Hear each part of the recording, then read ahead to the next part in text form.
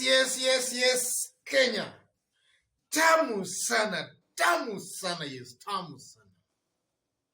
President Uhuru Muigai Kenyatta, Raila Amolo Odinga, Stephen Kalonzo Musyoka, and other leaders toured Makueni today to inspect Twake Dam. This is what Kalonzo Musyoka posted about some hours ago.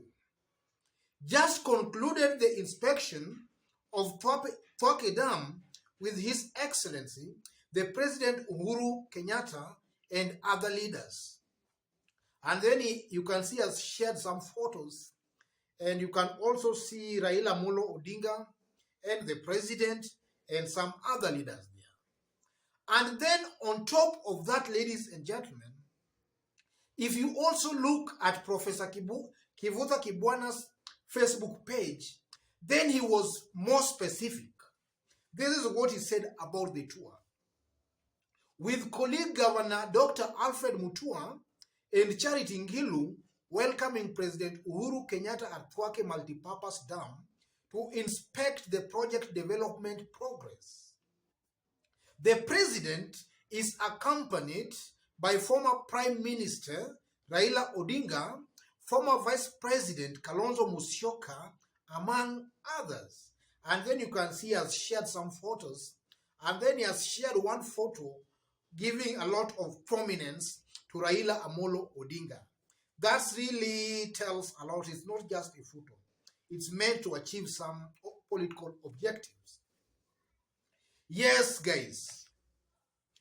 So in this video right now, I want us to really analyze and dissect what that meeting, or rather what that tour means. Why was Uhuru Muigai Kenyatta tagging along Raila Amolo Odinga in his development tour of Lower Eastern?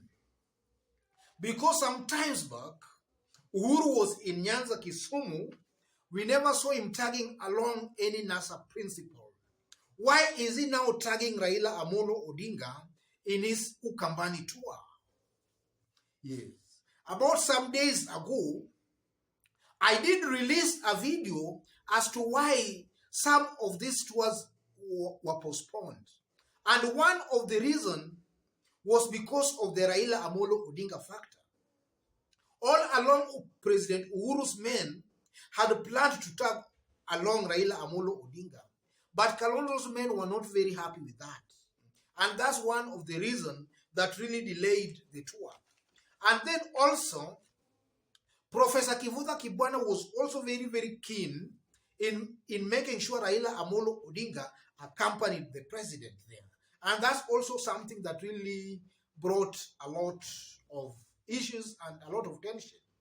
And then on top of that, President Uhuru Kenyatta's tour was largely postponed because of the disagreements between White Party and their top leadership and the three Ukambani governors. And we did elaborate that into details in our previous videos. If you missed the video, check on that video. So in this video right now, I want us to really dissect and really understand, why is the president tagging along Raila Amolo Odinga? Raila does not come from that area. Why was the president tagging him along? Number one, Uhuru Kenyatta is preparing Raila as his heir apparent. That one seems to be coming out very clearly now. Because some days ago, there was a publication by one of the daily newspapers that Uhuru and Raila Amolo Odinga are most likely going to start their Mount Kenya tour in the course of this month, toward month end. Or not really towards month end, but immediately after BBI verdict is out. So Uhuru Kenyatta and Raila Amolo Odinga are going to start their aggressive campaign tour of Mount Kenya region. And that one was also an indication that Uhuru Kenyatta, with the remaining about 12 months, he now wants to go out now to Mount Kenya and now start marketing Raila Amolo Odinga. You know, William Ruto has been having a field day in Mount Kenya. And that has really endeared him to some residents of that area. So Uhuru Muigai Kenyatta, towards the end of next month, will start accompanying Raila Amolo Odinga around in Mount Kenya. So this one also tagging along Raila Amolo Odinga in his Ukambani tour is just a sign that Uhuru Muigai Kenyatta is preparing Raila Amolo Odinga as his heir apparent. Number 2, Uhuru is keen in having one solid NASA political outfit. You know, where Uhuru sits, ladies and gentlemen, Uhuru knows more than these members of parliament or these leaders know. Uhuru knows exactly what happened in 2017 election. You know, there were very many loud rumors and speculation that NASA had really won that election. So Uhuru, from where he sits pretty well, he knows the actual results. So he wants a united NASA, because at the back of my mind, something tells me that Uhuru might be privy to some information that if NASA holds together as it was in 2017 election, then no coalition outfit can beat them. And Uhuru knows that should they hold that way, then even if Central Kenya, Mount Kenya, and Rift Valley were all to vote to the last man, they cannot beat a combined NASA outfit. So Uhuru Kenyatta seems to be very, very keen in consolidating NASA and making sure that NASA is solidly one political outfit without anyone among them running away. Number 3, survival of NASA. If you look at this tour, survival of NASA or even the handshake largely depends on the goodwill of the president. He can scatter or bring it together. Why am I saying that? You know, when OCA was formed, we were meant to believe that it was formed with the blessings of the president, or even maybe a section of the deep state.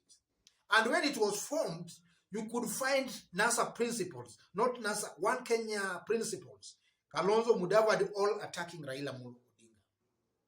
But as of now, you are seeing they're toning down their attacks. It simply means that now the president can decide to scatter it or even to bring these people together. And as the president now brings them together, you are finding Kalonzo is now cooling down on his attacks on Raila and also even Musalia Mudavadi.